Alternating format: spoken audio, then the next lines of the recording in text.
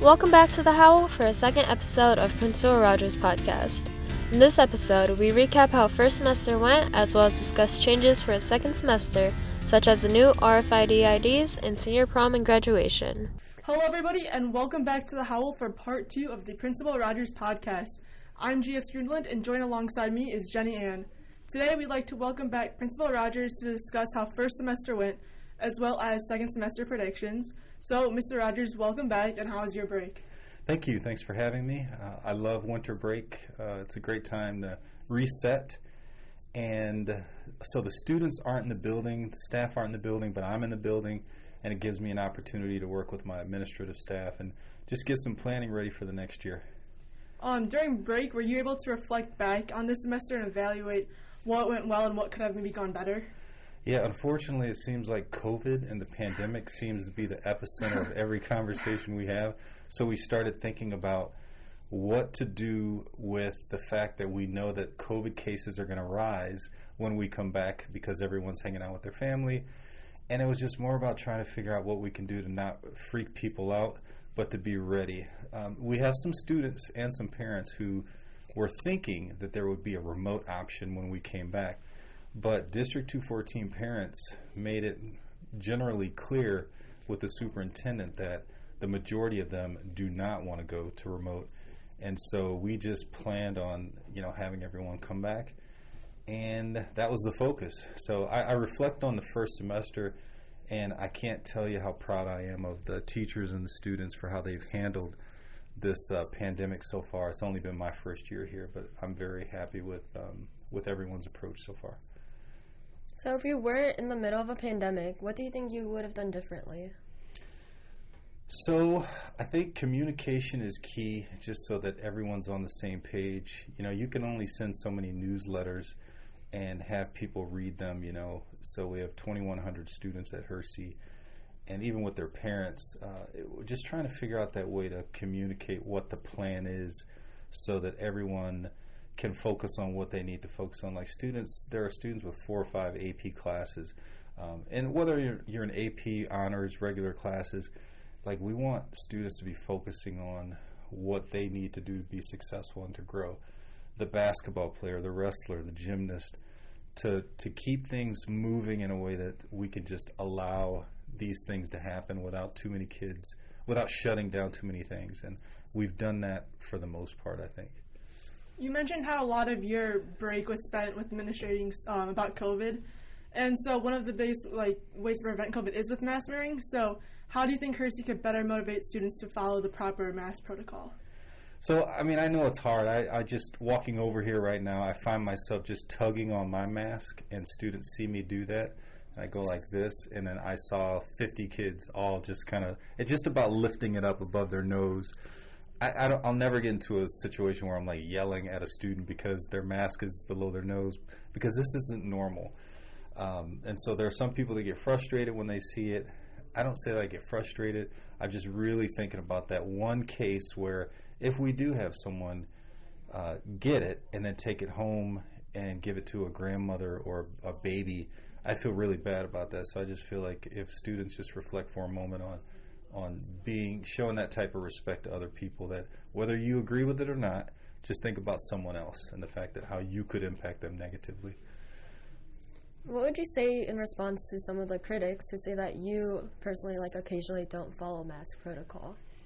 So I would say we're not perfect.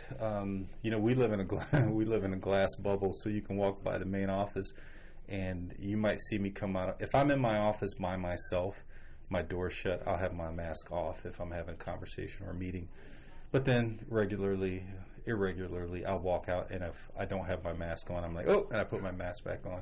And that's why I think it's important that we don't get too frustrated, because we are human. We're not used to this. Our focus is more on inside a classroom where students are in there for 80 minutes. And if a teacher has a student who's just blatantly I'm not going to wear my mask, that's where it gets to be difficult.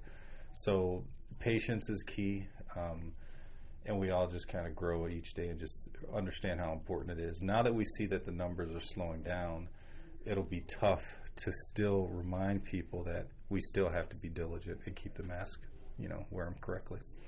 Yeah. And then on the first day back from second semester, you had given a speech about like the infringements and dress code to some PE classes. Mm-hmm. So what motivated your decision in giving that speech? So it was actually supposed to be over the loudspeaker. I did it at 8:30 as sort of the first day of the second semester, and there were some general items about mask wearing, about just showing respect and things like that. And then we discovered 5 minutes later that the PE classes didn't have their speakers on, so they were turned off over the break. So those first classes didn't hear it, so then I had to go into the first class to just say exactly what I said over the PE system. So it wasn't that that class got a different message.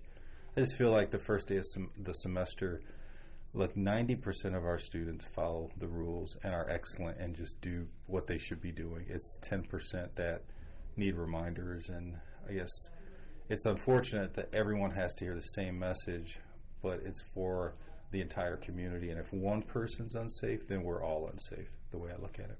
Was there anything in like specific from first semester that influenced this speech? Yeah,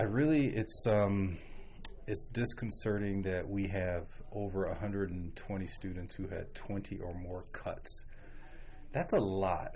That's a lot of time. And consider when someone cuts class, we don't know where they are. So that's unsafe in a sense. So we're trying to appeal to those students to just have a little bit more self-respect and lower those numbers, because 2,100 students, do we think that every one of them is going to leave here and be successful, whether they go to college, go to the military, 2-year school, 4-year school, work? The reality is no school in America has that. You don't have 100% success. But that's where I want us to be special, and I want every student to reflect on the fact that they're going to leave here, and I just want them to at least give their best, attend every class. How is it that you can have one student not have any cuts, not have any missed assignments, but then you could have a student with 120 cuts? And I just want that student with the 120 cuts to give him or herself a shot to be successful when they leave here. Mm-hmm. So what has like student response been to the speech since then? So I monitor the cuts like every day. So I've just a minute ago I was in my office looking to see where we were the first 2 weeks of the semester, looking at specifically those 120 students, looking to see if what their trajectory is already. So if there's a student who already has 5 cuts this semester, then the speech does nothing. And I get that. We're talking about changing the way students think and the way they feel, and it's going to be a challenge. But I've seen some improvements already, and I'm very excited about that. What improvements have you seen in terms of cutting classes? Like less cases or more students attending classes? Or? Yeah, less cases of cutting, more students actually communicating, hey, I'm making an effort. So I looked at one student who the first 2 weeks of the first semester had 10 cuts. The first 2 weeks of the second semester had 1 cut. So that's progress, and it's not okay just to stop now, though. We want to continue to focus on that. And it's not to be punitive. It's just I think a lot of students don't give themselves credit. Whether it's a class they're not interested in, then let's help you find a way to get into a class that does engage you. But sometimes we're in classes that don't.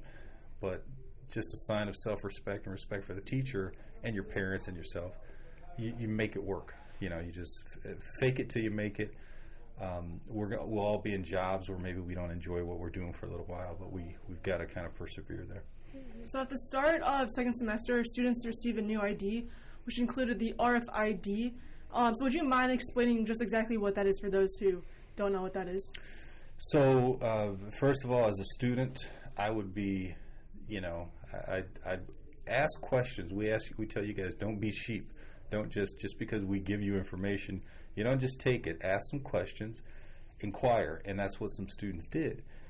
And we immediately wanted to get something out to the students and the parents. And I, don't understand why the Board of Education approved all students in District 214 to get these new IDs. I, in my head, was thinking maybe something was already communicated to parents and students, but that was not the case. So they delivered the IDs to Hersey and all the other schools, but guess what school handed them out first? Hersey did. So I asked the company, the people that we bought them from, to give me a little bit more information on the technology. So this RFID technology is it's passive in a sense that it's used for transportation only. If you're walking around with the ID, it has no effect in terms of knowing where you are or tracking you, other than you taking the ID and swiping it to get lunch or to check in the attendant's office. And that was what your ID did before. But now, once the buses are retrofitted with a receiver, any student who goes within 4 feet of the bus, that receiver will connect with their RFID, and we will know that they are safely on the bus. And it's not for us, it's a parent component that we know that if just think about it, we put kids on a bus, we've had 3 accidents this year. Parents freak out. They're calling like, "Where is the bus? What's happening?" Well, with this technology, they'll have an app where they can see exactly where their child is. I told a couple students why I love all of our students. I have a junior at Meadows. I'm concerned about where she is 24 hours a day. Once you guys leave here, I'm not really thinking about if you guys are out hanging out till 1 o'clock in the morning, I'd be concerned, but I have no interest in. Hopefully, no adult has any interest in tracking you. So it's clearly purely for transportation safety. If I read the email correctly, I think it said that like the buses haven't had like the new system in it yet. Yeah. So just why was the RFID in them for this year if they're not effective yet? I think they're trying to. They wanted to have it ready by spring break. I don't think that's going to happen. I think COVID has slowed a lot of things down. I think the one thing about getting the new IDs in the hands of students was we had a lot of students that had their picture taken on an iPad. Some of the freshman pictures are terrible because they were taking them themselves, and we used fall photos. Well, we were supposed to with these new IDs, and I thought that's the logic of like, here, let's give them their new IDs, and then they'll also have this new one has the chip in it. But that was the logic behind it. But Mr. Rogers is primarily thinking about like COVID cases right now. And like it's not. Not at the top of the list yet. No, it's the priorities. No, not at all. Not at all. Right, and then you said that it was like mainly for transportation and like lunch. Yeah. But some students had noticed that Samsung phones can detect and scan the ID. So why do you think that happens, or what is your response to like hearing about this? Yeah, I'd be interested in knowing about that. I think that's awesome that students are asking those questions and looking into it. I know Mr. Polak in his one of his IT classes, some students were encouraged to look at it deeper and to find out exactly what the technology is. In fact, some of them went as far as to cut the card open and pull out the chip. Yeah. And they discovered that, it is inactive in it. There's really there's no one looking at it. It's really, honestly, if you think about it, it's like there's so many other things that we could be focused on. I made a joke yesterday on the announcements. Today is kindness, respect, and gratitude day. Like if people spent more time like looking to spread those things other than worrying that people are watching them. I started thinking like what are students doing that they're so freaked out about people like watching them? Like what kind of life do you have outside of school? And then I'd also say, have people not realized that you've been tracked with your iPad for the past whatever amount of years you've had that iPad? That's where we can ping you anywhere in the world with that thing, which has been done because we lost one and the kid was gone and we found out he was in some other country. So, it's like people's energy and focus on things that really just doesn't come into play for us. Things like the word chip, I think that's what gets them. Without a doubt. So I think as you get to know people, and I want to talk to as many students and parents and people as possible, that there's like this lack of trust in the world, where right doesn't trust left, red doesn't trust blue. So it's like you must be up to something, and I just want kids to be successful and be happy, and that's it. And me tracking you all day, that's not cool. That's not. And then do you have any personal predictions or hopes for the rest of the second semester? The hope is that, and we've seen it already this week, the number of COVID cases lower. So we hope that anxiety comes down a little bit.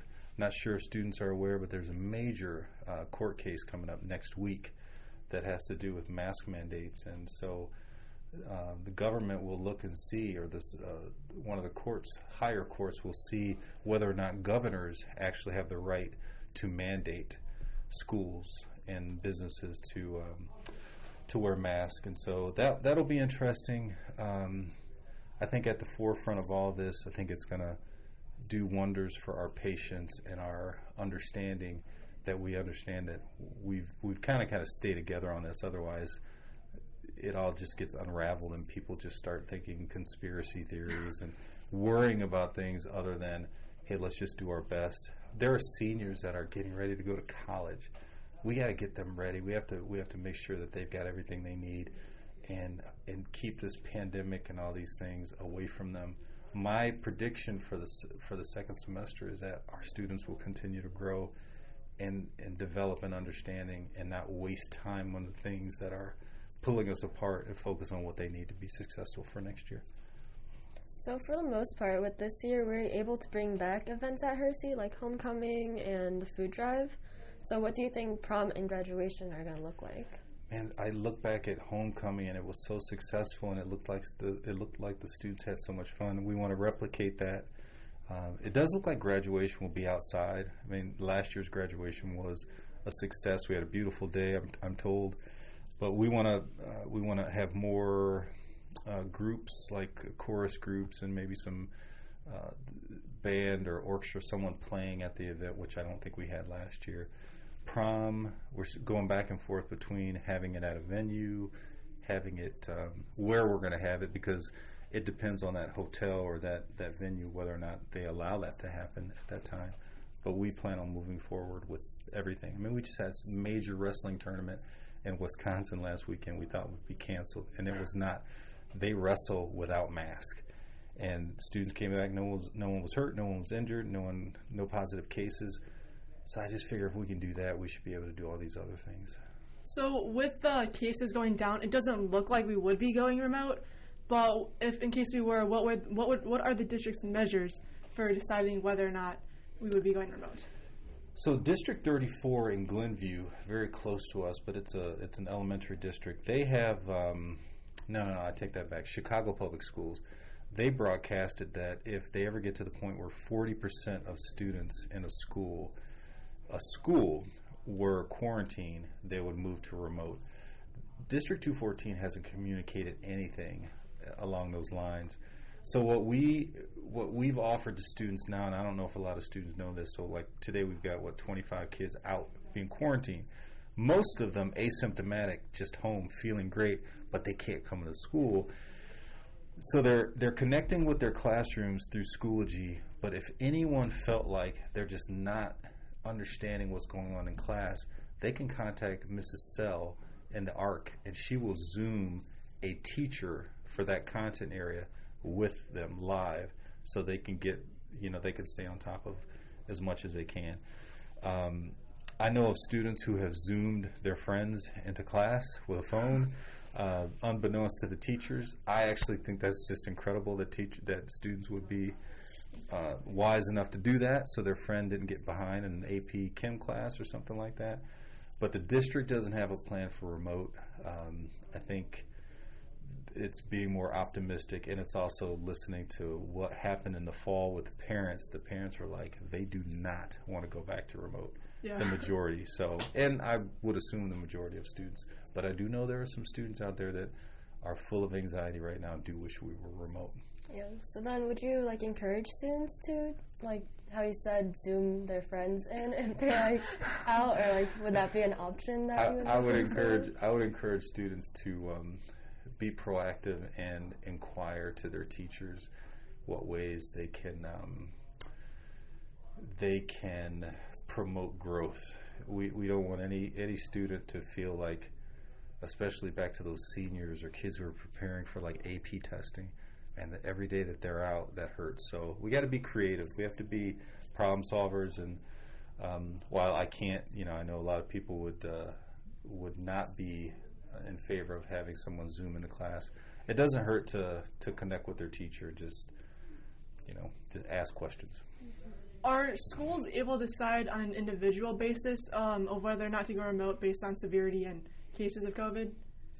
Not to my knowledge. So that in that situation with Chicago Public Schools, I know that 40% is per school. So I think once a school is designated as going remote there, then yeah, that particular school would have to do whatever they needed to do. I don't know if District 214 would take that approach. Like, our numbers are the lowest of the 6 traditional schools here in District 214, and in one of the schools it's like nearly doubles ours. They haven't even thought about the option of remote. So I think our threshold is rather high in this area. With our numbers being so low right now, what does that say kind of about the Hersey community and the Hersey students?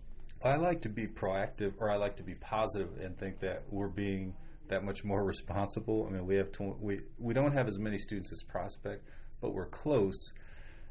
I don't necessarily think the mask wearing is a huge issue. I know that we have some students who haven't fully embraced it, but I think for the most part we have a responsible attitude among staff and students, and I think that contributes to it as well.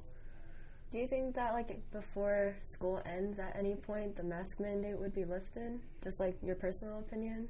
My personal opinion is yes, I do believe. I think it coincides with the idea that vaccinations are up, and